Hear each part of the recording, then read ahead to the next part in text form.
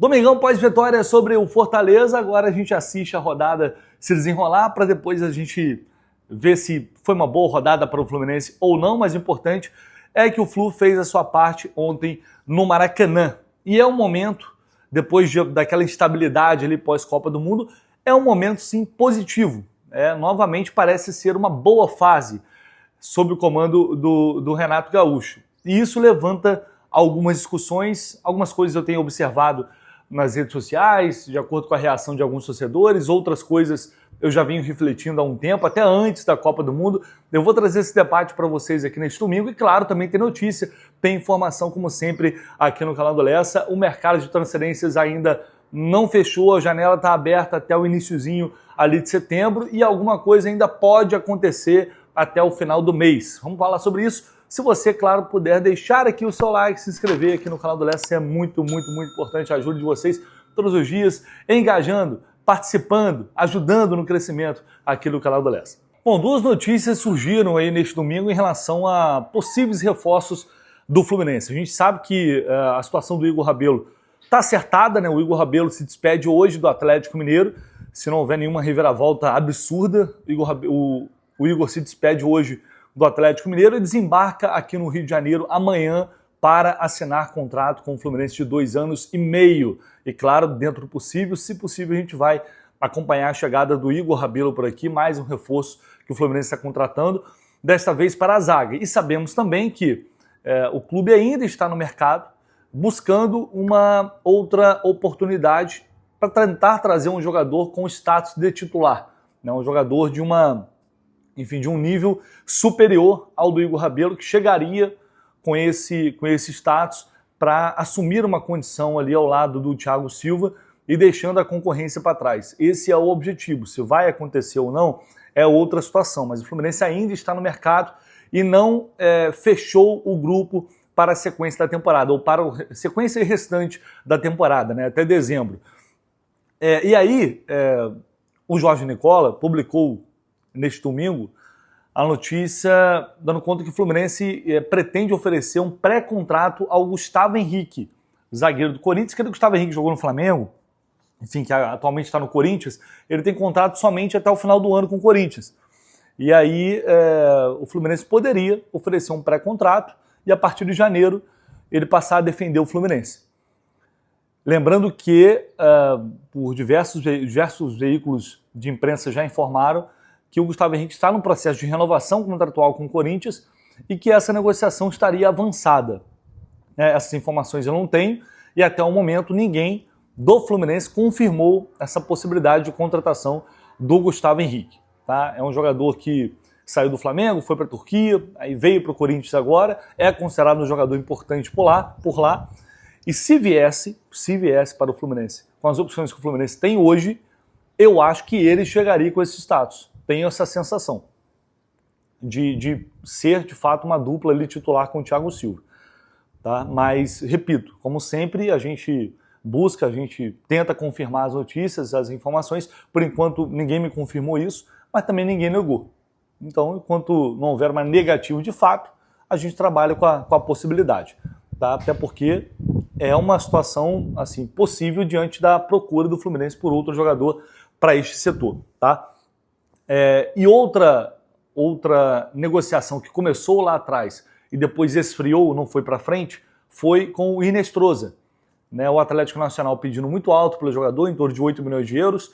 O Fluminense deixou em stand-by ali, avançou e acabou acertando a contratação do Santi Moreno. São jogadores de características, não são iguais, mas características parecidas. Só que não descartou seguir numa negociação caso o Atlético Nacional aceitasse flexibilizar alguma coisa. Porque o Atlético estava pedindo o Serna. O Fluminense não aceitou. E ainda bem, porque eu acho o Serna um jogador importante para o Fluminense. Acho que todo mundo concorda com isso e ele está se mostrando um jogador importante para o time, principalmente nessas últimas rodadas. É o jogador que tem feito a diferença. Então, creio que foi uma decisão acertada do Fluminense, mas isso não significa sair do negócio. E aí os amigos da Central publicaram hoje a notícia que o Benfica procurou o Inestrosa. Buscou informações, fez aquele contato inicial, aquela abordagem inicial. não sei se avançou ou se não avançou, mas que o Fluminense não teria descartado ainda o Inestrosa. Poderia voltar a negociar caso o Atlético Nacional aceitasse reduzir os valores. E aí, numa possível eliminação da Copa Libertadores, pode ser que socorra. Pode ser, porque o Atlético estava fazendo um jogo duro, porque eles acreditavam que com o Inestrosa eles têm, acreditam, né, que tem chance de avançar na Libertadores. E por isso também não queriam liberar o jogador. Só se fosse para uma quantia muito alta. Se alguém chega pagando o que eles estão pedindo, mas como ninguém pagou o que eles estavam querendo, ele fica lá por enquanto, e aí depois que eles forem eliminados, pode ser que o Atlético aceite fazer um negócio por um valor menor. O Inestrosa estava animado, muito animado com essa possibilidade de jogar no Brasil, isso alguns jornalistas noticiaram até lá da Colômbia, e agora, mas aí chegando o Benfica na jogada, que é clube europeu, é Portugal, mas o clube europeu pode dificultar essa situação. Mas é um nome que o Fluminense mantém no radar e pode voltar a negociar ainda nesta janela, se houver viabilidade por parte do Atlético Nacional, né? Vamos ficar de olho, porque podemos ter novidades aí até o final do mês. Outro ponto que eu queria trazer para vocês aqui é como o trabalho do Renato Gaúcho vem sendo avaliado pela torcida de uma forma geral. Pela gente também, aí eu incluo imprensa, eu incluo todo mundo, mas eu me refiro mais ao torcedor, à arquibancada, né? Porque depois antes da Copa do Mundo, um pouco antes e durante a Copa do Mundo, eu tive a sensação que aquela sinergia, ou algo parecido com aquilo, igual é praticamente possível, mas algo parecido com o que a gente viu em 2023, naquele período mágico, 2022, ali sob o comando do Fernando Diniz, eu tinha a sensação de que aquilo estava aos poucos sendo retomado, depois de uma temporada extremamente assustadora em 2024. Eu tive essa sensação. E depois da grande campanha que o Fluminense fez na Copa do Mundo, eu falei, agora eu acho que a galera vai chegar junto, vai chegar em peso, vai abraçar o time e a torcida abraçando o time, a gente pode realmente conquistar título em 2025. E eu falo sempre eu repeti isso, quando a torcida do Fluminense compra a ideia, compra o barulho, enche o estádio e rola essa química com o time, as coisas acontecem. Não tem jeito. As coisas acontecem. Mas aí veio o pós-Copa do Mundo, com aquelas 4 derrotas, deu uma abalada. Agora, o time está conseguindo retomar aos poucos, já vem numa sequência positiva aí de 6 jogos sem perder. E a gente olha para o futuro, e para mim é muito claro que o Fluminense tem sim grandes chances de brigar pelo título da Sul-Americana. É um dos favoritos, sem dúvida alguma. Tem somente um time brasileiro que não está jogando nada, pelo contrário, não está jogando lá essas coisas que é o Atlético Mineiro. O resto tem equipes tradicionais, como Independiente, do lado da chave do Fluminense, que eu sempre vou respeitar, equipes argentinas que podem dificultar, mas pela qualidade, pelo time que tem, eu acho que o Fluminense é até um favorito para disputar para o título da Sul-Americana. A Copa do Brasil, alguns favoritos caíram, então isso aumenta a possibilidade, não garante nada, até porque tem outros bons times. Mas, evidentemente que você tinha ali 2 dos 3 caíram. E eu tenho a sensação de que, de uma forma geral, o torcedor não comprou ainda esse trabalho do Renato. Eu vejo algumas, inclusive faço algumas críticas, e é possível encontrar esse equilíbrio, e é isso que eu vou tentar propor aqui, né, humildemente, falando por mim, evidentemente.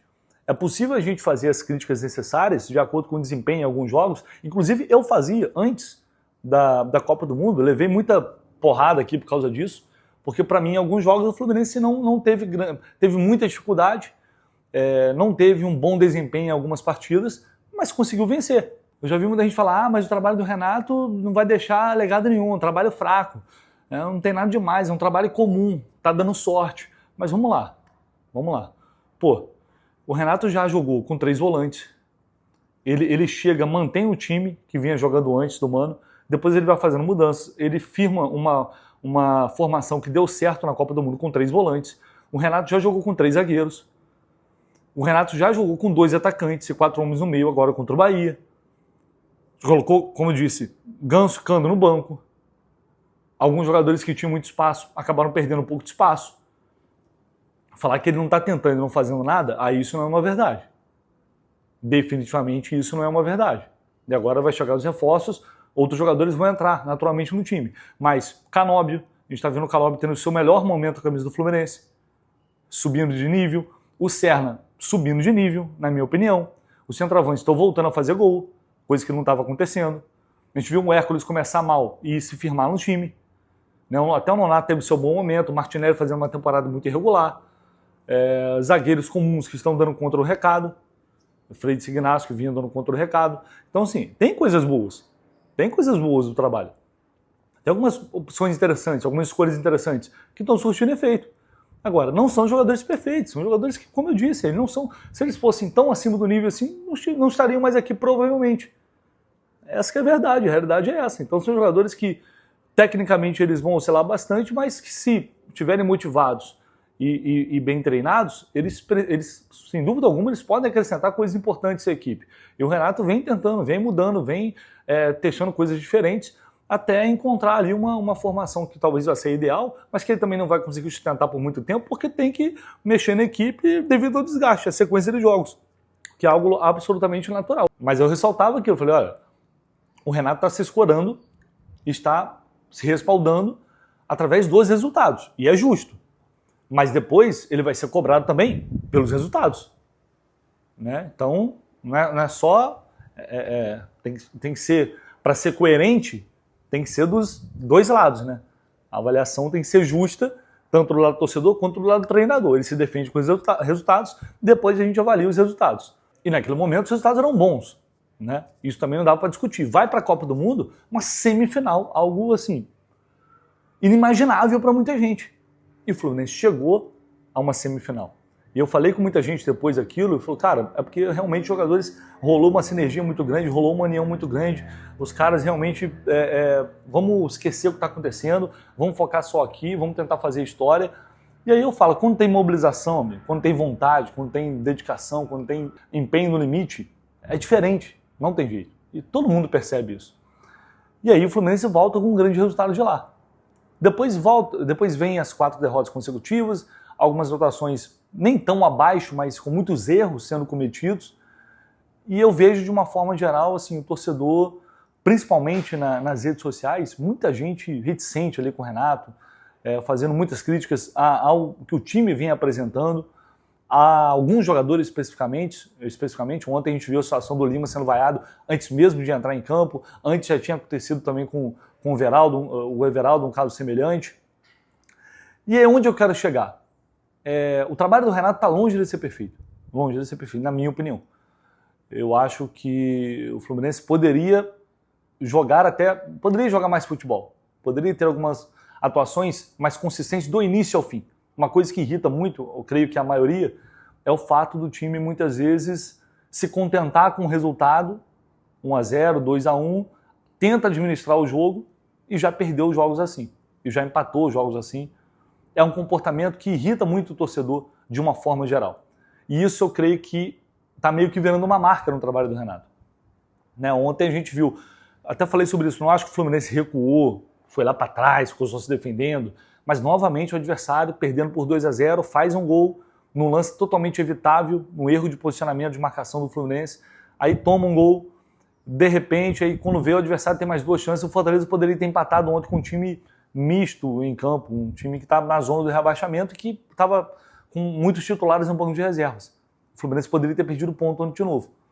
Contra o Internacional teve sufoco, contra a América de Cali ganhando por 2-0, o jogo parecia super tranquilo, se complicou, contra o Bahia virou e acabou levando empate, então isso é algo que vai ficando marcado e vai meio que fazendo com que o torcedor coloque ali um rótulo no trabalho do Renato. É um time que muitas vezes se contenta com a mediocridade, é um time que ganha o jogo só quer defender o resultado, nunca quer ir além, nunca quer fazer 3, 4 gols no adversário. Enfim, passa essa impressão. E eu acho, de novo, justa. Eu só não coloco tudo no mesmo balaio. Acho que cada jogo tem a sua história e tem como a gente diferenciar e avaliar o que está acontecendo naquele jogo ali especificamente, que é o que eu tento fazer. Mas, de uma forma geral, eu acho que, cara, o time do Fluminense não é um super time. O time do Fluminense não é um time de craques. E está em 3 competições simultâneas, que nem os elencos mais ricos do país conseguem levar essa toada até o fim do ano. O time do Fluminense é um time irregular, porque ele é formado por jogadores irregulares. Se eles não fossem irregulares, eles não estariam mais aqui, como o André não está, como o Ares já não está mais. Sabe? Quem dera o Germancano pudesse todo ano entregar 40 gols como entregou. Mas provavelmente não vai conseguir entregar isso mais. Alguns jogadores já estão no viés de baixa, alguns já saíram daquela base campeã de 2023. É um time diferente e algo que a gente criticava muito, que era um time mais velho, hoje temos um time mais novo. Isso é indiscutível. Tem o Thiago Silva na zaga, tem um sistema defensivo ali um pouco mais experiente, mas não dá para dizer que é um sistema defensivo veterano. Não dá para dizer isso. São jogadores que entregam ainda muito desempenho físico, mas a gente vai para o meio de campo. São três jogadores jovens. O Ganso, que era o cara que puxava essa média para cima, hoje já é reserva. O Cano hoje é reserva. O Renato colocou o Germancano e Ganso no banco. Hoje os dois são reservas. Gente, olha, o Serna, novo. Canóbio, uma saúde absurda. O Everaldo, um pouco mais novo. Não estou discutindo qualidade não, tá? Estou falando que a gente tem um time mais jovem. Chegou Santi Moreno, novo. O Acosta está numa meia-idade ali, mas um jogador que, por idade, ele pode entregar desempenho. Então foi feita uma mudança drástica, uma reformulação. Mudou muita coisa dentro desse elenco. Ah, mas o Renato é paneleiro, isso que irrita, só coloca o Lima. Tá, isso é outra discussão. São opções, por isso que eu estou falando, o Renato não tem que estar acima de críticas. Eu mesmo as faço. Mas eu creio que a gente pode olhar, entender que esse time não vai ser perfeito, que esse time não vai ganhar todos os jogos, que provavelmente não vai dar show, mas é um time que está avançando nos seus objetivos. Hoje o Fluminense está na parte de cima da tabela, na primeira página, está prestes a ir para a quarta de final da Sul-Americana, está nas quartas de final da Copa do Brasil. Gente, eu acho que agora é a hora da gente acreditar que pode acontecer, que a gente pode ter um ano com um título importante para voltar para a Libertadores no ano que vem. Pô, Lessa, mas com esse futebolzinho aí, jogando, retrancando quando tá ganhando e tal, uma hora vai ser eliminado, vai perder. Não tem como a gente prever o futuro. Eu não vou nem pegar números aqui, não é um vídeo para ficar aqui apresentando, vou até fazer isso depois, mas minha intenção não é ficar apresentando números. Mas sim os fatos. Hoje o Fluminense é um time que ele oscila, é um fato, mas ele está conseguindo entregar resultados e alguns bons jogos, na minha opinião. Então eu creio que agora é hora da gente abraçar esse time, de acreditar que dá para chegar. Por mais que você tenha objeções ao trabalho do Renato, como eu também tenho, e a gente, quando tiver que criticar no jogo, criticar uma atuação não é falar que ninguém presta, porque é assim, tem gente que não pode falar, não pode criticar depois que ganha. Mas quando perde, ninguém presta, o time vagabundo, treinador safado, é o sunga. E não precisa ser assim. O meu objetivo sempre vai ser tentar estabelecer aqui um equilíbrio. Para apresentar aqui minhas opiniões, vocês vão ter a de vocês, cada um tem a sua, mas dá para você avaliar, fazer críticas pontuais, dizer o que pode melhorar, que a gente sabe que pode melhorar, porque esses jogadores já entregaram mais e eles podem entregar. Eles podem entregar sim. Hoje o Fluminense tem um elenco melhor, tem investimentos, os maiores investimentos do país. Poucos times gastaram mais dinheiro em contratação do que o Fluminense, poucos times. Não dá mais, essa história do pobrezinho, coitadinho. Não é mais. Não é mais. Então tem que ter cobrança sim. E eu prefiro um torcedor que cobre mais do que aquele que acha que tudo tá bom, tá tudo maravilhoso, aquela acomodação que para mim é muito ruim. Eu acho que o torcedor de time grande não pode nunca se acomodar. Tem que sempre pensar grande. Mas há momentos em que a gente tem que, minha visão, é hora da torcida chegar junto, acreditar, vamos pegar junto com os caras, vamos acreditar nos caras e vamos ver no que vai dar. Porque se pegar, se acreditar, se empurrar, a atmosfera muda, o ambiente muda e aquele time que às vezes é um time irregular, um time comum, faz muito mais do que em tese poderia fazer. Então esse é o meu ponto. A gente não é para deixar de cobrar, não é para deixar de criticar quando tem que criticar, muito pelo contrário. Seguirei fazendo isso aqui. Mesmo depois de vitória e talvez elogie depois de alguma derrota, como já cansei de fazer. Né? E isso faz parte da coerência que eu tento estabelecer. Mas creio que o time está avançando, o time está andando, está se classificando, está conquistando aos poucos aquilo que foi projetado para o ano. E aí a hora, eu acho que talvez seja o momento de ter uma reciprocidade para ver até onde eles vão conseguir chegar. Né? E aí depois, claro, foi eliminado vergonhosamente da Copa do Brasil, do Sul-Americano, aí é outra história. aí é outro momento. Mas agora eu acho que é um momento que pode rolar, que eu acho que rolando essa comunhão, a gente pode chegar a um grande título na temporada, ao título que a gente está buscando e voltar para a Copa Libertadores, que é muito importante. Enfim, só isso. O vídeo ficou maior do que eu esperava, peço desculpas, mas queria trazer esse ponto de reflexão aqui para a gente debater. Fechou, pessoal? É isso, vamos que vamos. A gente volta amanhã com muito mais informação, muito mais notícias. E claro, já na véspera de Fluminense e América de Cali, é o jogo que vale classificação para as quartas. Um abraço, tamo junto.